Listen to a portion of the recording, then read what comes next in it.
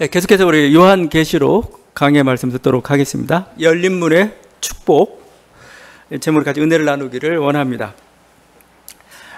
빌라델비아 교회의 말씀들인데 쭉 읽다 보면은 빌라델비아 교회는 칭찬만 있는 교회입니다. 꾸중이 없어요.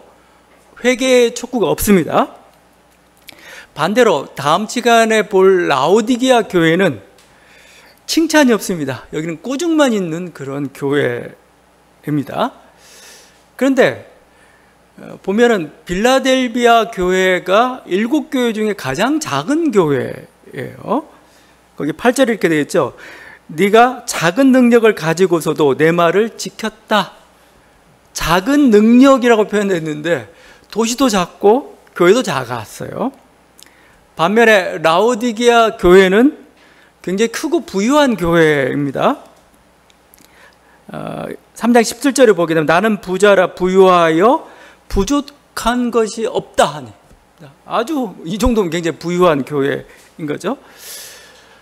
이걸 볼 때 주님이 교회를 바라보시는 기준이 좀 다르다는 걸 알 수가 있어요.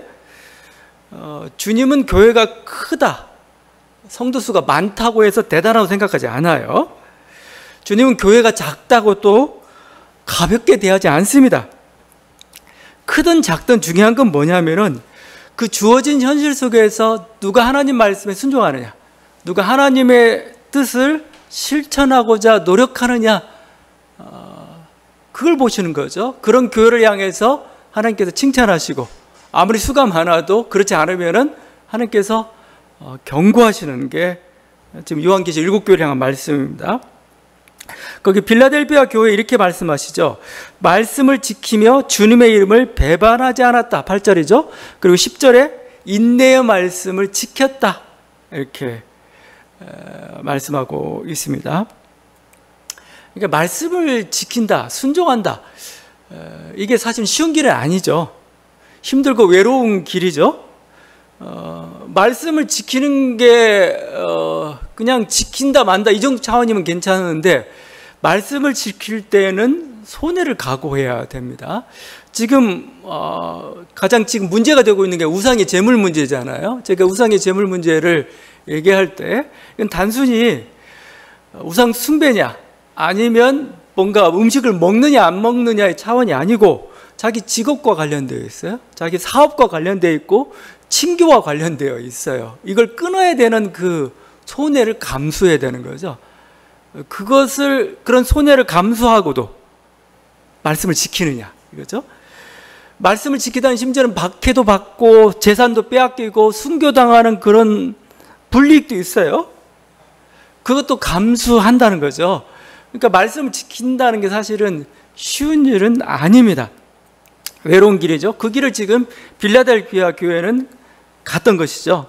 그러니까 이게 이제 신앙인들의 주요 관점이 돼야 되겠어요. 신앙인들의 주요 관점은 가장 중요한 건 뭐냐? 말씀을 전하고 말씀에 순종하는 겁니다. 실제 그거예요. 근데 우리는 그 다른 어떤 그를 통한 어떤 축복, 어떤 이익, 성장 여기에 자꾸 눈을 두는데 주님은 거기에 관심이 없습니다. 수라는 건, 성장이란 항상 선물로 주어진다 이렇게 생각하면 좋습니다. 중요한 건 말씀 순종이죠. 지금 한국 교회가 위기라고 얘기해요. 그러면서 항상 우리가 회개해야 된다 얘기합니다. 그런데 물론 회개해야 되겠죠. 그를 통해서 무엇을 꾀하고 있냐면, 그러면 하나님 다시 교회 성장시킬 거다. 자꾸 이런 엉뚱한 데 관심이 있어요. 중요한 건 뭐냐면 한국교회의 위기는 수의 위기가 아니에요. 성장의 위기가 아니죠. 성장의 위기는 하나의 그냥 증표로서 나타나는 거고, 진정한 위기는 말씀 순종의 위기입니다. 말씀대로 안 살아요. 그래서 지금 이런 위기가 벌어진 거죠. 지금 빌라델비아 공동체는 주님은 지켜보고 계셨어요. 막 세상 다른 교회는 막 성장하고 크고 뭔가 이렇게 잘 가고 있는데 주님이 보니까 이건 타협한 결과였어요. 뭔가 내가 준 선물이 아니었어요. 그렇지만 빌라델비아 교회는 그것 때문에 손해가 있고 또 뭔가 위험하기도 하고 또 세상이 알아주지도 않지만 그 길을 갔어요. 8절에 내가 내 행위를 아노니, 그죠? 지금 7개 교회를 할 때마다 항상 하는 주님이 하시는 말씀은 내가 안다요, 안다. 주님은 어떤 분이냐면 7 그 촛대사회를 거닐고 계시는, 왜 거닐고 계시겠어요? 감시하는 겁니다. 감시하는. 그러니까 살피시고 계신 거라고 볼 수가 있죠. 근데 이 말씀은 내 행위를 안다. 이게 말씀대로 살지 않는 자들에게는 뭔가 두려움이에요. 두려움이지만 말씀을 따라서 살려고 하지만 그래도 특별한 어떤 결과가 나타나지 않고 있는 사람들에게는 하나 위로가 되는 거죠. 주님이 지켜보고 계시다는 겁니다. 아무도 알아주지 않지만 주님은 알고 계신다 이거죠. 종교개혁자들이 코람데오라는 표현을, 코람데오, 하나님 앞에서라는 그 표현을 썼습니다. 하나님 앞에서는 뭐냐? 하나님이 지켜보고 계신다는 거예요. 그 앞에 나는 올바른 행위를 하겠다는 거죠. 하나님 우리를 알고 계셔요. 우리 모든 행위들을 평가하고 계시고 지금 보고 계셔요. 그래서 이게 위로가 되는 게 이 부자와 거지 나사로 비유해서 보게 되다 보면 주님은 부자는 안 지켜봤어요. 그냥 너는 내 알아서 살지. 근데 나사로는 힘들게 살고 있으니까 하나님의 관심이 거기 있는 겁니다. 지켜보고 그러다 보니까 이름이 기록된 나사로란 이름을 가지고 있는, 오히려 부자는 이름이 없죠. 99마리의 튼튼한 양들보다 그들은 그냥 심상하게 바라보세요. 그렇지만 한 마리 양에 대해서는 관심을 갖습니다. 가장 힘들게 하는 양, 가장 어렵게 하는 양은 이름이 붙어 있어요. 쟤는 어떤 애. 근데 그게 정죄하는 게 아니고 관심인 거죠. 끊임없이 돌아보는 겁니다.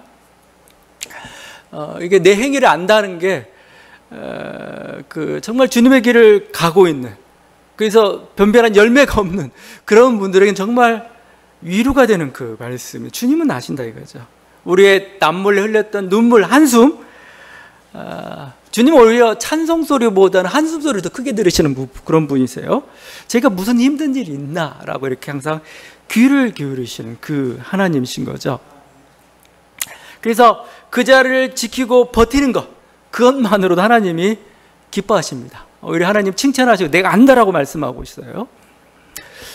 그 시편 56편 8절에 이런 말씀이 있습니다. 시인이 이렇게 노래를 해요. 나의 유리함을 주께서 계수하셨으니 나의 눈물을 주의 병에 담으소서. 이것이 주의 책에 기록되지 아니하였나이까. 지금 시인이 탄식하고 있어요. 나의 유리 방황함, 이건 굉장히 패배고 뭔가 방황하기 정말 안타까운 그런 모습인데 주님께서 계수하셨대요. 일일이 헤아리셨다는 겁니다. 그리고 내가 흘렸던 그 눈물을 그냥 땅에다 그냥 버리지 않고 주의 병에다 담아 놓으셨대요. 그리고 주의 책에 기록되어 있다고 이렇게 표현하고 있습니다. 그러니까 우리의 하나님 앞에서의 우리의 눈물과 한숨은 또 여러 가지 우리 어떤 그 열매 없음으로 말미암아 하는 그 모든 것들을 하나님께서 알고 계시다는 겁니다. 이거 우리 항상 기억하시고 있어야 될 겁니다. 주님은 빌라델비아 교회를 알고 계셨어요. 네가 무슨 일을 행하면 내가 다 알고 있어. 그러면 하시는 말씀이 너 잘하고 있어요. 잘하고 있어. 그러니까 너 계속 그 길을 가. 그죠? 이렇게 얘기하죠. 거기 11절 내가 속히 오리니 네가 가진 것을 굳게 잡아 아무도 내 면류관을 빼앗지 못하게 하라. 내가 속히 오는데 가진 굳게 잡아라. 굳게 잡아라는 거 뭐냐면 너는 이미 잡고 있다는 겁니다. 너는 이미 옳은 길을 가고 있고 너는 괜찮은 길을 가고 있다는 거예요. 인자 하나님의 인정입니다. 그러니까 그 길 계속해. 다른 거 할 생각. 그러니까 요즘 뭐 잘하자 이런 것보다 이런 표현을 더 하죠. 너 지금 잘하고 있어. 그렇죠? 잘하고 있어. 넌 지금 잘하고 있어. 뭐 더 잘할 필요도 없어. 잘하고 있어. 주님 그 말씀입니다. 너 지금 잘하고 있어. 그러니까 그냥 그 길 그냥 계속 해. 이겁니다. 그리고 너에겐 이미 면류관을 이미 주어졌어. 면류관이. 그러니까 면류관 앞으로 줄 거가 아니고 이미 면류관이 너에게 주어진 이 면류관 빼앗기지 말라. 이렇게 얘기하고 있어요.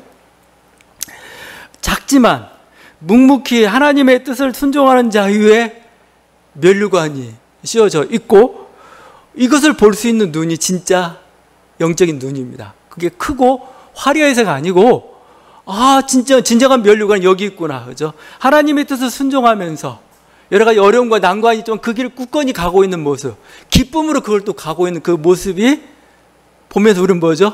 네가 진짜 면류관을 받은 사람, 네가 승리자다. 얘기해야 되는 거죠.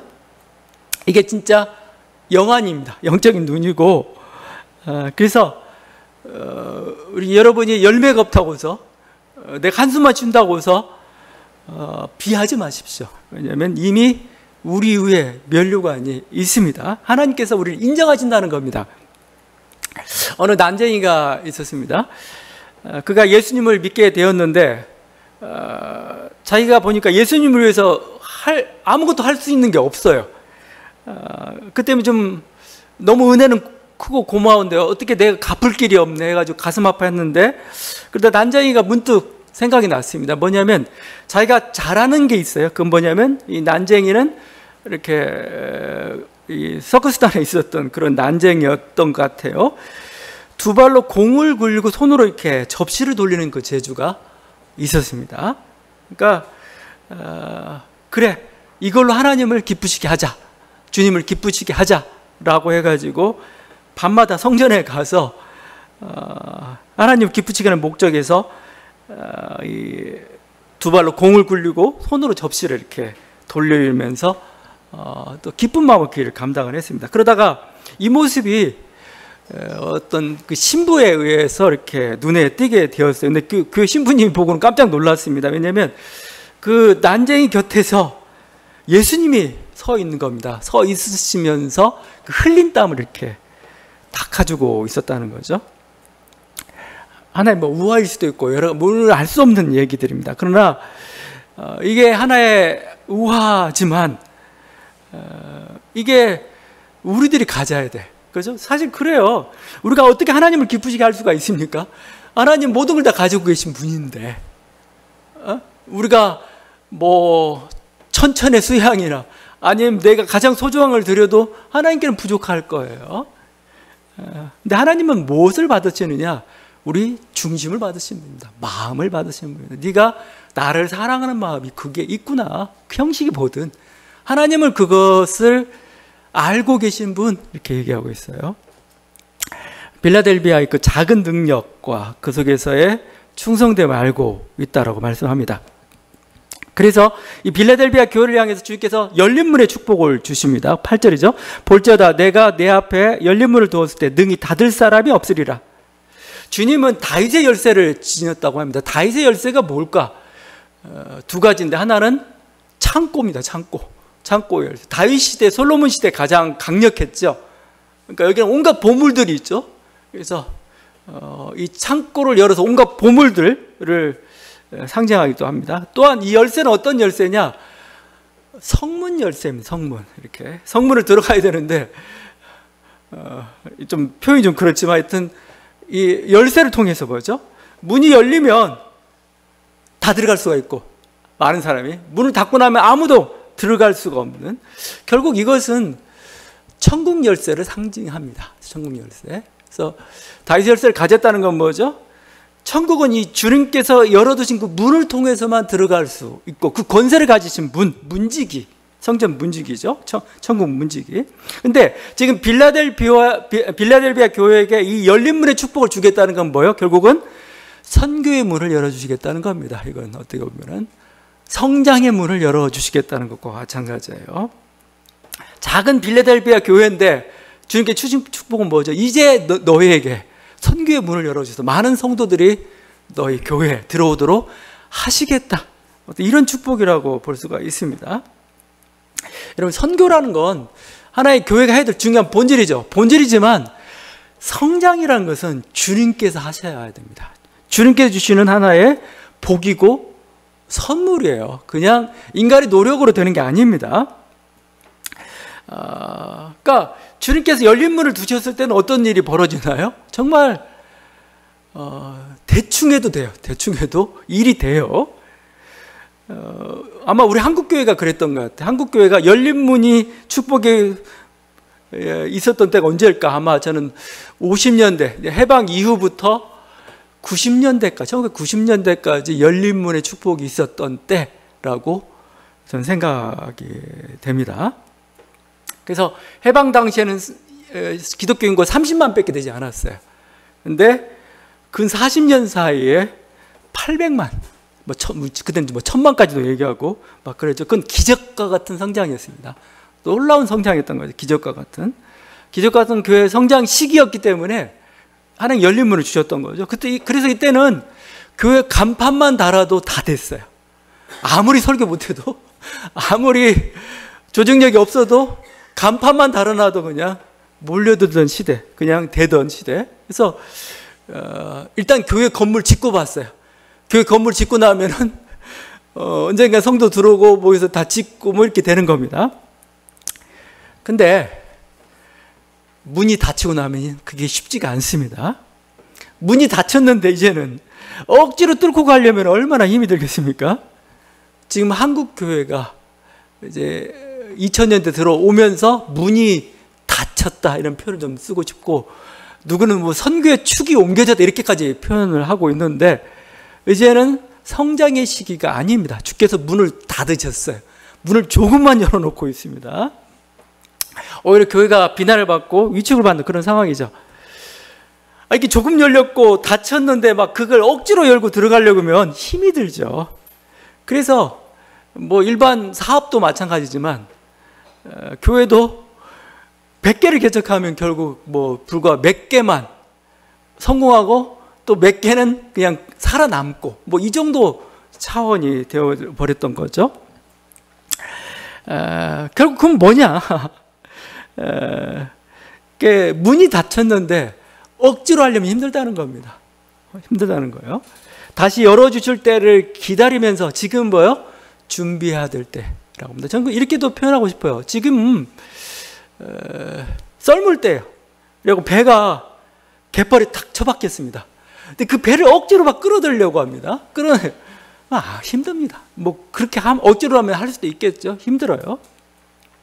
밀물 때를 기다리는 겁니다. 밀물 때 다시 물이 밀려올 때를 기다리면서, 그러면 그때 아무것도 안 나냐?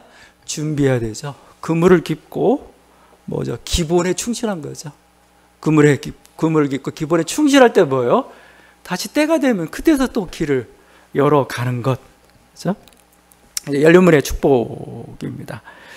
이걸 지금 빌라델피아 교회가 그 복을 받게 되었고, 지금 또 다른 교회는 어떻게 보면 또 다른 시대의 교회는 그 닫힌 문의 축복은 아니고 저주, 하여튼 뭐 모든 게 다 때가 있는 겁니다. 우리가 이 말씀을 보면서 그 때라는 걸 생각하게 됩니다.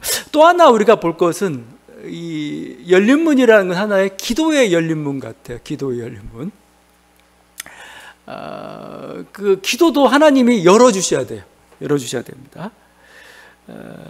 기도의 문이 열린 곳에는 영적 역사가 활발합니다. 아주 이런 곳에는 가만히 있어도 은혜 받고 은사를 받습니다. 여러분이 정말 성령의 어떤 그 체험을 하고 싶다면 성령의 역사가 활발한 것으로 가면 돼요. 거기에는 뭐요?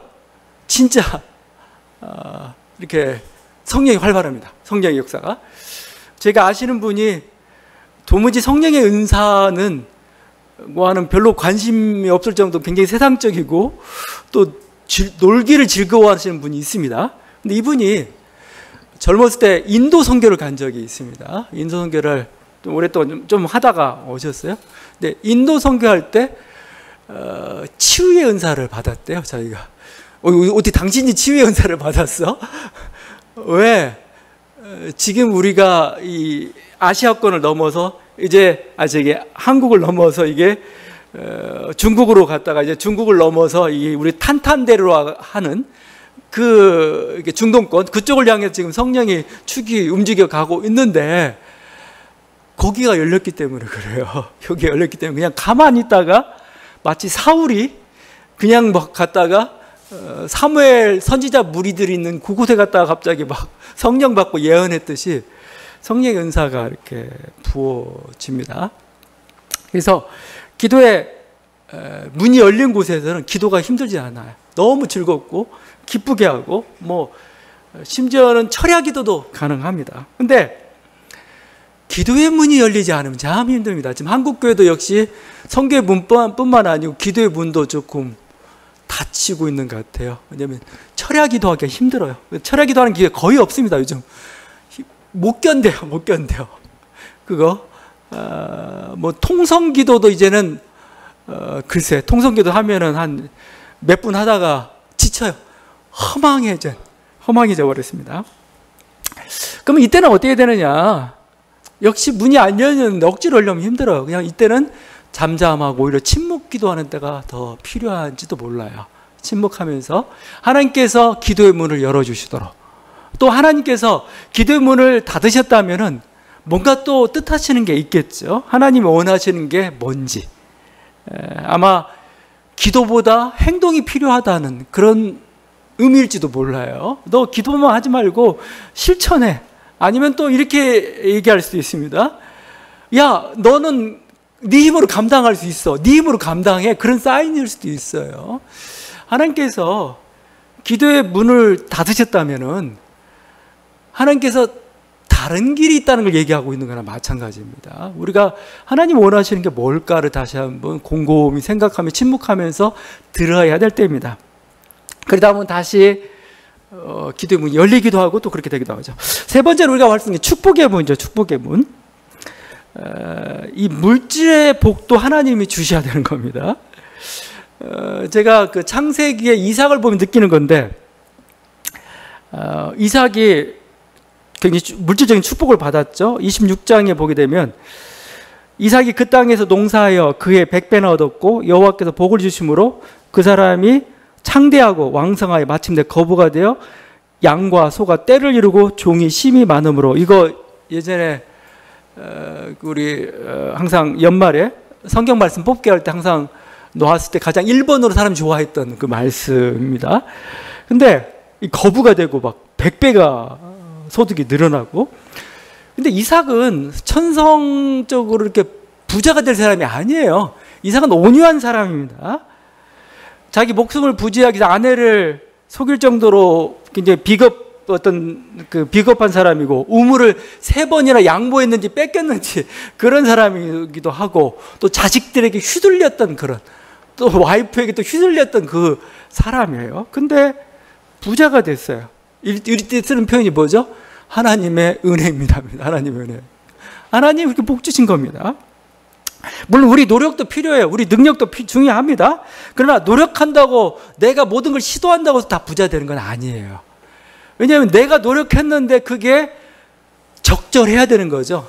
환경이나 세계가 맞아야 돼요. 지금 내가 아무리 노력을 했는데 그게 때와 맞지 않으면은 아무 소용이 없는 겁니다. 이렇게 했는데 됐어요. 막 여러 가지 막 그 고구마 익었는지 알려고 막 그 젓가락으로 수치듯이 막 이것저것 해봤는데 하나가 걸렸어요. 그죠?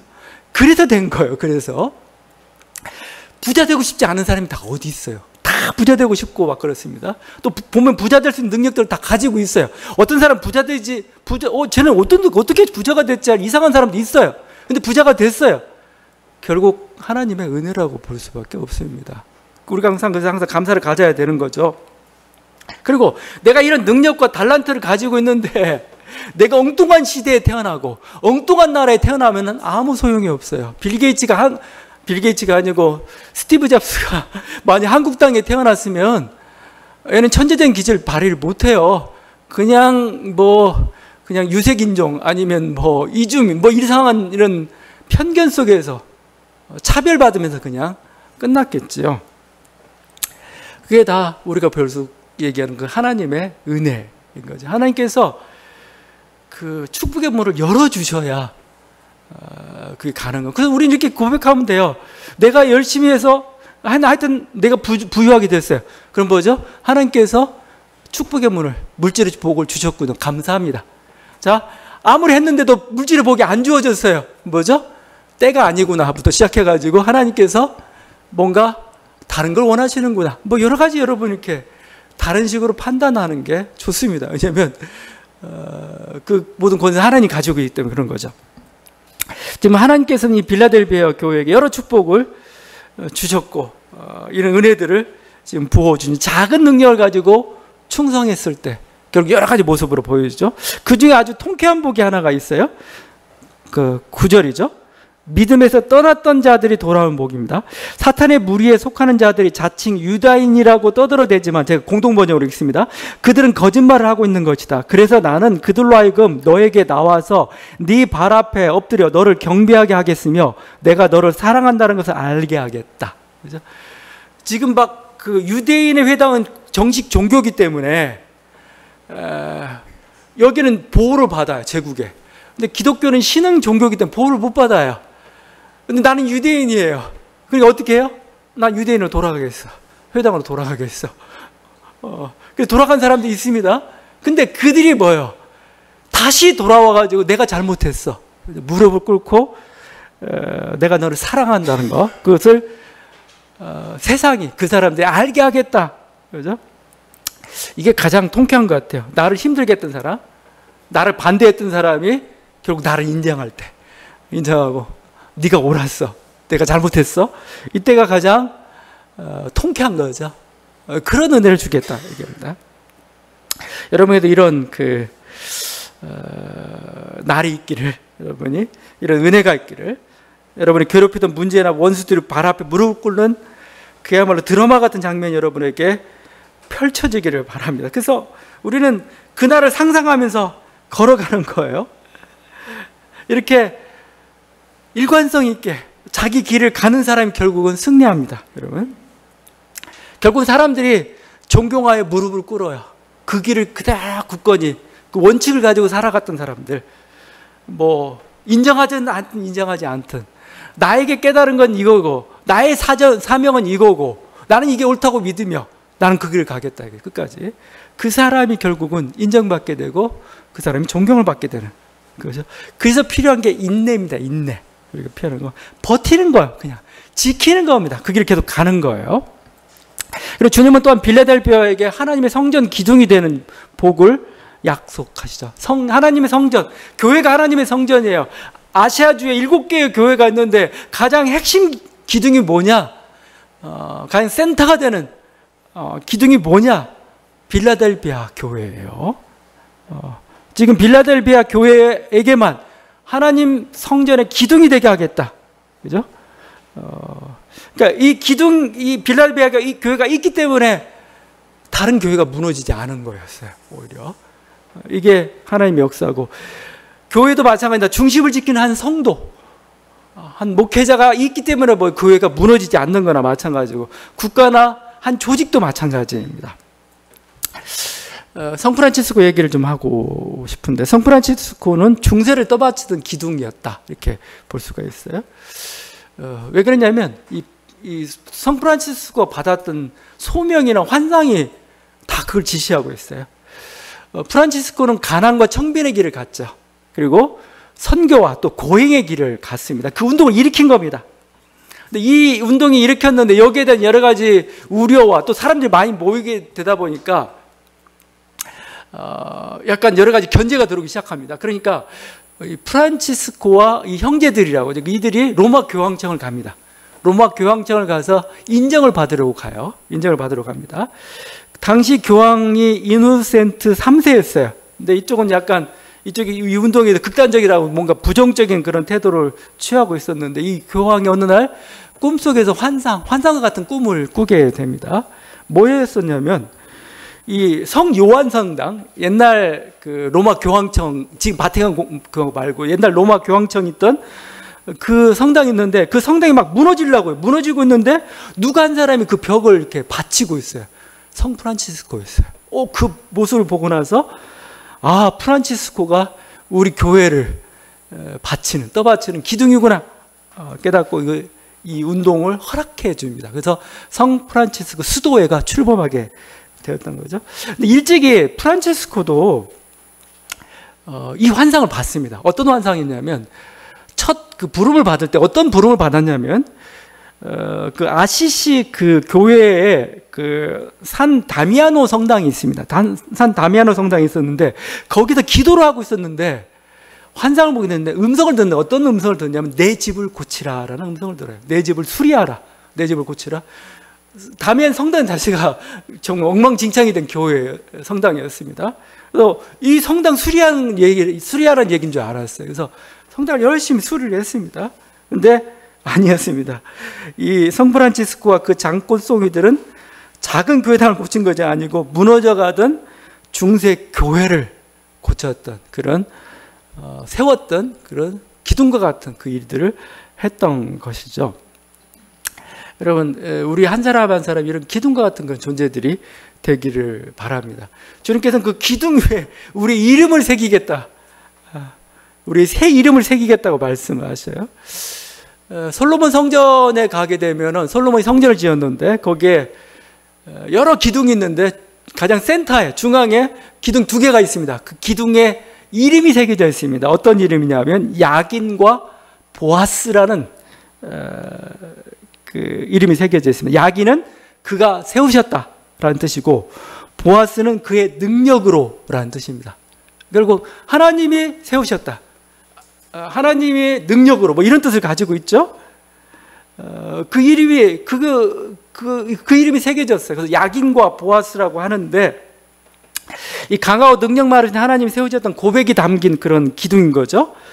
근데 야긴과 보아스가 바로 우리의 새 이름이 된다는 겁니다. 우리의 새 이름이 돼요. 그래서 우리 한 사람 한 사람이 든든한 기둥 같은 존재가 돼가지고 하나님의 살아계심을 하나님의 영광을 증거하는 사람들, 증명하는 사람들로서 이렇게 부름을 받았다는 겁니다. 이 은혜가 빌라델피아 교회에 부어졌고 우리도 이 야긴과 보아스처럼 든든한 기둥과 같은 그런 존재가 되기를 간절히 바랍니다. 기도하시겠습니다.